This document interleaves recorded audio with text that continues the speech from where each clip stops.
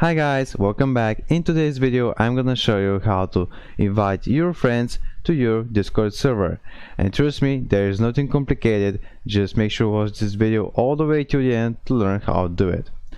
First, you need to create your own server or just go in someone else's server, and if you're able to invite, just make it there. But how to invite your friends? Just click on yours here. Actually, there's two ways how to invite, and the first one is by clicking here on the empty space, and as you can see here it appears this window and we have this option, invite people. So now click on it and actually you can invite your friends.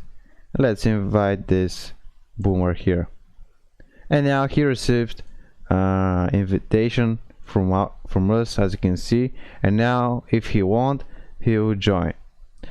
The second way is by from here, by clicking this arrow here next to your Discord name, and as you can see here we have this option here again, and we can invite him again. The third, actually there's a third way also, but it's about a specific channel or text channel or voice channel. So as you can see here, when we right click on some voice channel, we can invite this, our friend, that friend that you want to add to specific channel. As you can see now, these two invitations are about the Discord, but this invitation is about the voice channel.